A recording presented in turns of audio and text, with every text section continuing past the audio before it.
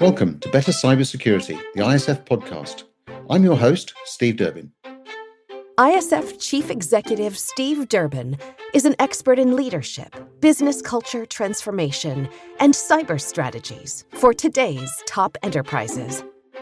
I'm producer Tavia Gilbert. In today's episode, Steve sits down with Jock Brocas, a former military member who is now an executive mentor and strategic intuitive intelligence advisor to the C-suite.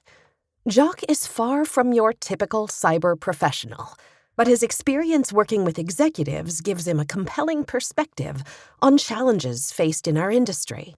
Steve and Jock discuss how we can train ourselves to block out the noise and become better at recognizing the real threats to our business, the value of mindfulness and managing stress, and why leaders must see the big picture. Jock also shares his thoughts on deepfakes from the perspective of a medium. In the world of information security, we spend billions on firewalls, encryption, zero trust architecture, but every CISO knows the most unpredictable element isn't any of that. It's the human in the mix. My guest today operates really at the bleeding edge of that. Jock Brocas is a former military professional. He's a lifelong martial artist, an author. A particular favorite of mine is the Book of the Six Rings. And he's also a world-renowned evidential medium. Now, for those of you listening to my podcast who listen on a regular basis, I know that you're going to be sitting there thinking to yourself, what on earth is Steve doing talking to Jock? But even though those worlds may seem miles apart, in this ever-changing, fast-moving, volatile environment, Jock's expertise in adversarial intent, intuitive processing, and the psychology of deception is really going to give us some insights into the vulnerabilities that we're facing. And today, we're going to be talking about threat intelligence. We're going to be talking about how to maintain something of a warrior mindset in an industry that is defined by burnout. And of course, we'll be touching on security. Jock, great to have you on the program. Welcome. I'm excited to be here and have a conversation with you, Steve. Let's start with the spiritual warrior. I mentioned that I was very keen on the Six Rings book that you'd written a little while ago now, but in your spiritual warrior philosophy, you focus on reading an aggressor's intent before they actually strike. Now, in the cyber world, we call that pre-attack indicators. So tell me, how do you think security teams can train themselves to sense the intent of, say, a social engineer before the technical exploit even begins? Steve, I think it's important for a security professional in your field, especially in the cyber field, to understand the difference between logic and intuition. I'm not a cyber expert, but in the cyber world, I guess that logic is very sequential, it's very analytical, it's looking for evidence. Whereas in intuition, we're looking for pattern, it's non-linear, it's a complex system. In the cyber world, they're looking at systems, they're looking at logic, it's almost predictable, it's going in a linear form. Whereas intuition is understanding and discerning the pattern and to understand that it's not separate. Logic and intuition is not separate. And this is the biggest mistake we make. We don't fail in making decisions, especially maybe in the cyber world, because of the amount of data we have. We fail at the discernment of maybe that data. And so understanding the intuition as part of the logic and blending both of them together, that makes it more of a kind of warrior mindset. And tell us a little bit more about how you can bring that to life, if you like, because you've mentioned the fact that there's so much data. Absolutely. We're inundated with data. And probably, I would say, verging on over-reliance to some of the AI space. And so perhaps losing, or not losing, but leaving behind some of the human intuition. How can we get that blend right? I want to kind of step away from the whole kind of new age ideas and philosophy. And you mentioned me being an evidential medium and taking away this whole clairvoyance aspect of things. I want to get back into the real world. So where I like to look at it is understanding what we sense, what we hear, what we feel, and getting back to understanding who we are. Because the problem is, in the world that we live in, it's very fast paced. We're under so much cognitive load constantly. And I hate to say it, but AI and everything else that's getting out there, it's not making us more intelligent. It's actually making us less intelligent. We get more disconnected from, if you like, the self. And so we kind of lose that connection. So losing that disconnection from what's reality and understanding that we have to start to discern how we feel. We have to think, if I look at how we see, sense, and feel, feeling something could be, as I would say, a clear sentient feeling. I don't want to go into the whole new age side of things of clairvoyance, but what we see or what we hear, we need to start understanding as well. And I love some of the conversations that you've had on your podcast with scientists where we talk about the brain. But I want to get people to understand that the brain is not the be all and end all of everything. Start to think of the brain as a receiver. It transmits and it receives. Let's actually get back to understanding what the mind is. Because this is my opinion. I see the mind as separate from the brain. And the problem is that we focus on the biological and we don't understand that the brain, to me, is an expression of the mind. It only exists because the mind allows it. And if you go back to warrior traditions like the samurai, like the ninja, and all martial arts, they talk about one mind. They talk about this complex system. And this is what we've missed. We've come into a logical system and we're not looking at a complex system. The logical system is working on the brain. It's working on reasoning. It's working on being analytical. But we need to start looking at everything as a complex system and understanding that we need to get back to understand what the brain and the mind is. The brain is an expression, the way I see it, of the mind. The mind is a psychological building blocks of reality. And the way that I can understand that for people that are out there, especially cyber professionals, if your computer, your radio, the easiest way that I can explain it, if you're a military guy, you're out in the field, there's a signal and there's noise. And signals coming in, we receive it in the radio or we receive it through the net or receive it through our computer setup, whatever we've got out there. Now, just because something's broken, does it mean the signal doesn't exist? If the radio's broken, signal is still there. So we need to start getting to understand the difference between signal and noise. And taking that into a cyber professional's world, that actually gets them to understand that their mind is more powerful and that they can actually understand the mind and the concept of the mind and the work that they do, and maybe understanding the difference between that signal and the noise. Signal is what they're feeling, seeing. It's the noise is the logic. The noise is everything that's around and the cognition that we have, the immense amount of load that we're having on there. We have to understand the signal and then we can discern between them. And we have to get back to also as well, I guess, trying to take time for the self, for the individual. Because if they're constantly on the go, if they're constantly working in logic, if they're constantly working and not taking time for themselves, not thinking or breathing or actually going beyond what they see in a linear form, that's the important thing, is to understand the patterns. What is the difference between the signal and the noise? That makes sense? Yeah, it does. Yeah. And a lot of that obviously comes with experience. Absolutely. Being in there in the moment, doing it. But some of it as well, I suppose, is about having what I would describe as something of a curious mind, not just accepting things at face value. And I think one of the concerns that I have, because we're drowning in data, is to the point you were just making. We shut off all of that intuition because we become so heavily focused on the data, and the data doesn't lie. Sadly, of course, the data can, particularly if it's wrong. Yeah, and so exactly. There's this huge role that I think we need to get back to actually in cyber, which is that the person, the individual, for him or her to be effective, needs to be working in tune with their own mindset and the data, not reliant on either one or the other. Would that sort of summarize where you're coming from on it? Absolutely. Yeah, absolutely. Because if relying on the data, they start to actually make decisions based on the data. But we know that the data can be wrong. Just as a simple example, if I look at using AI in some form and that AI spits something out at me and I feel, wait a minute, that doesn't feel right. This is what I mean. So this is feeling. Then I need to dig deeper. I've discerned then that that's not right. I need to go deeper to then blend the intuition, the signal, the discernment, the awareness, the signal, the discernment. It's like an intelligence cycle. We're planning, collection, processing, assessing, dissemination. Bring that into intuitive analysis. Use the same idea with the cycle, bring it into intuitive analysis, and don't rely on the data. Then look at what the signal is, then look at the data, which is the noise. Does the evidence match up? Is the narrative, does it link? Is it interconnected?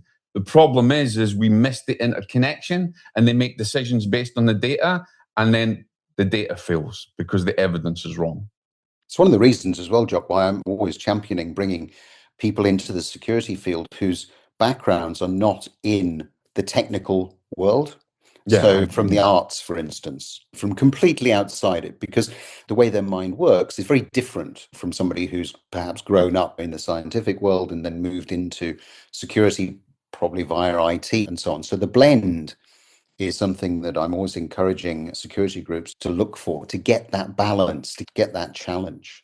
Yeah, and I think it's important as well that looking at a more spiritual outlook to things, not religious in any way, a meditative or a contemplative side of things. How many security professionals or cyber security professionals take time for themselves to actually even breathe in between doing something, or have this kind of mindful approach to things? One of your guests was talking about taking that time out for people and going for a walk or take that meditative time. That's important. And there's not enough of that happening. It doesn't mean that someone has to take up a whole idea of meditation and prayer and going overboard, but understanding their interconnection and their place in the world and their connection from themselves, and realizing that it's not just about the data, it's about them, and they can make the decision. Now, I want to go to perhaps an example many years ago in the intelligence world where we were so close to having nuclear Armageddon that the person that was receiving the signal decided something was wrong. Right. And didn't want to make the decision. This is when the Russian satellites were up. They didn't want to make and it was given the wrong data. And he sat there, and think about this as a cyber professional who's getting all this data and it doesn't add up. There's something that feels it's not right inside of them. They can't do that unless they connect with themselves. And that might mean changing their lifestyle a little bit, right? Now, that person that received that signal was like, this is not right. And lo and behold, they identified it was a reflection from the satellite that gave the wrong signal, and it could have actually sparked a nuclear holocaust. But he had the connection inside to understand that the signal and the noise was different. And then he was able to discern and then bring the logic and the intuition together, make the decision, and we didn't have a nuclear war. So bringing that back to the cyber professional, that's exactly where they need to go. They need to get connected with themselves. And I think you're right. There needs to be less focus continually on what is there in the data and more focus also on themselves. Because you also mentioned in one of your podcasts that cyber professionals are constantly on the go. It's high decisions, it's high stress. And here's the other thing. In that stress, if we talk about people maybe in meditative, mindful practices, even if we look at some of the Stargate program where they utilized intuitive concepts, psychic ability to get information on targets, part of that was in a nice quiet area, getting into a calm perspective. We need to learn to be able to utilize our intuition in the moment and be able to very quickly discern between that signal and noise in a high stakes environment. That comes with experience, because pattern recognition is experience. What we learn, all of our experiences put together, and then able to work with the logic and work with the intuitive processing, bring it together, it's powerful. Then we don't just rely on the data. We can actually uncover what is unseen. And when we uncover what is unseen, that might make the difference between success and failure.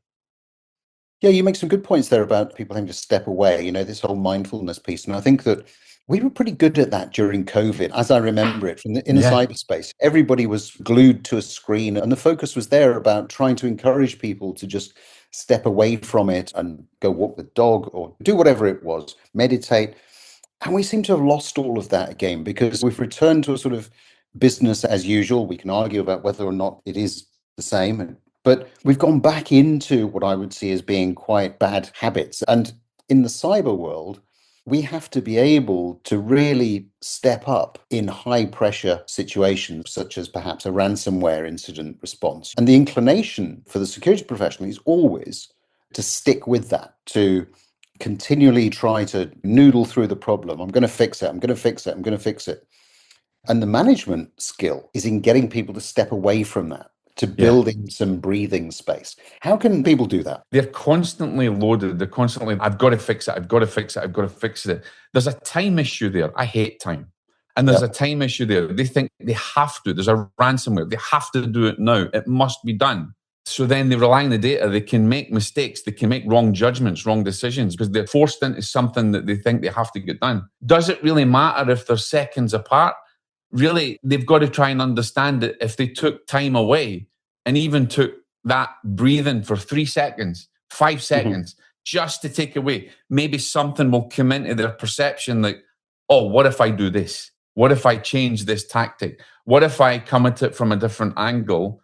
So you've got to really tell them that it's more of a superpower for you to take time for yourself, even to step away. Because if you step away, you might even get a better result. You might be the difference between your client's success, stopping the ransomware, or having a whole operation come out on top just because you've taken time. At the end of the day, any operative that's in the military or in close protection or anything else, you still have to take time. We still have to plan. In the intelligence cycle, you're planning.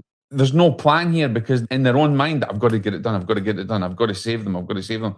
Who says that? Who says they can't take 3 seconds away? So you need to get them to accept that they can and that this is a superpower.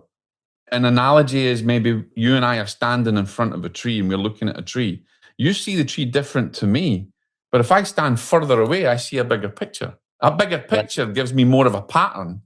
Then maybe my intuition and my logic starts to join and I can make that decision.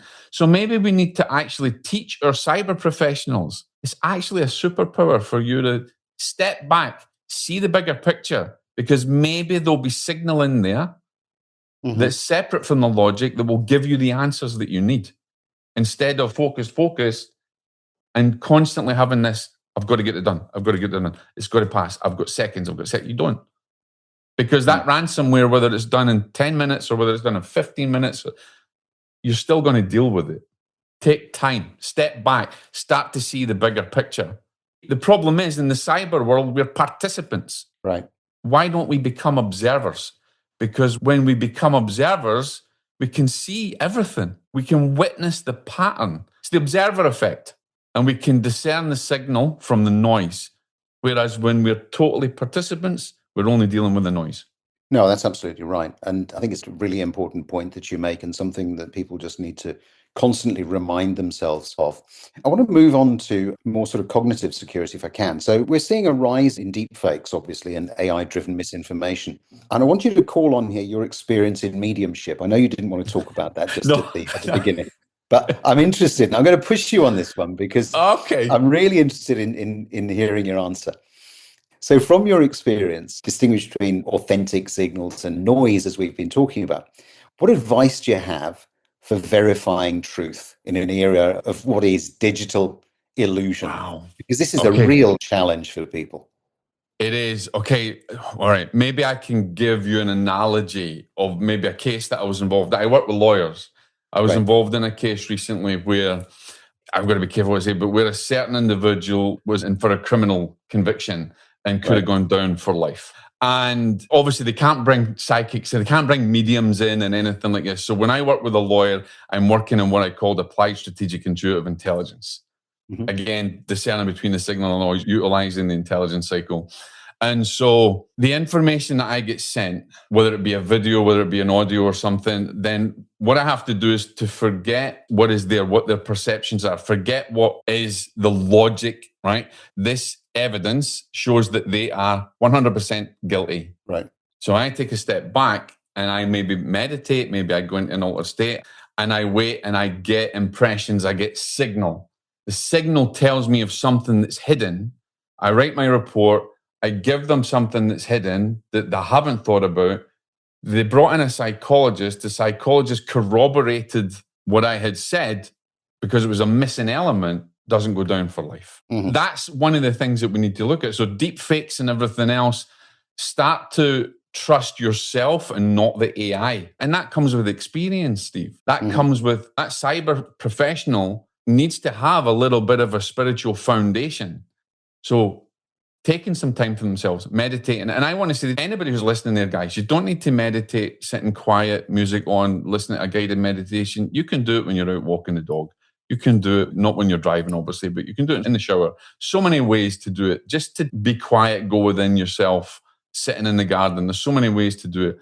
If you start doing that a small amount and build it up, even reading, something that just changes your cognitive load or allows you to get into a relaxed state, then you're able to start picking up the signals. You're able to start picking up the things that are not there. And then maybe when you look at something online with these, it's a terrifying thing, deep fakes in this AI here. But I can most of the time identify just through my own intuition. And in the intelligence world and what we're moving in, the world is getting more dangerous. Absolutely. Yeah. And so maybe we need to start relying more on our intuition. You know, it's why I wrote my very first book, Powers of the Sixth Sense. This is why we need to rely on our intuition to keep us safe in a hostile world, because the world's getting more hostile. And the more the AI is becoming problematical, it's got its benefits, but it's becoming problematical because of deep fakes. We need to start feeling inside what's wrong. And that's where I'll use my mediumship. I won't connect with spirit guides or people in the spirit side. I'm going to utilize that ability to give me the right signal and then learn to discern. That's what people need to learn to discern. Mm-hmm. Discernment, even as a cyber professional, is important. So discernment of the self, discernment of the mind, that's important. That's even more important. And of course, it isn't just the cyber professional that needs to be aware of deepfakes and misinformation, because we're all impacted by it. And so what you've just been saying, I think, is equally applicable to anybody who's listening to this, whether or not they happen to be operating in the security space or doing whatever they do when they listen to my podcast. And quite a few people have come up with quite extraordinary situations where they do listen to me. And indeed, now listen to you, Jock, as well. Jock, it's been fantastic talking to you. I'm very conscious that we've only just scratched the surface, but I think we've covered a lot of interesting areas there. And hopefully people are going to be able to take away some very real to-dos from that in terms of being able to step back, draw breath, maybe help avoid burnout in some instances and protect themselves more and more in the online world. So, Jock, been fantastic talking to you. Thank you so much. Thank you so much, Steve. Enjoyed it. Thank you for listening. We'll be back next week with more expert insights and thought-provoking discussions. But in the meantime, if you really enjoyed today's episode, please take a moment to rate, review, and share the podcast. If you're interested in becoming an ISF member or continuing the conversation further, please do get in touch with me at steve.durbin@securityforum.org. or indeed get hold of me on LinkedIn. And remember, you can explore all our media and resources at our website, securityforum.org.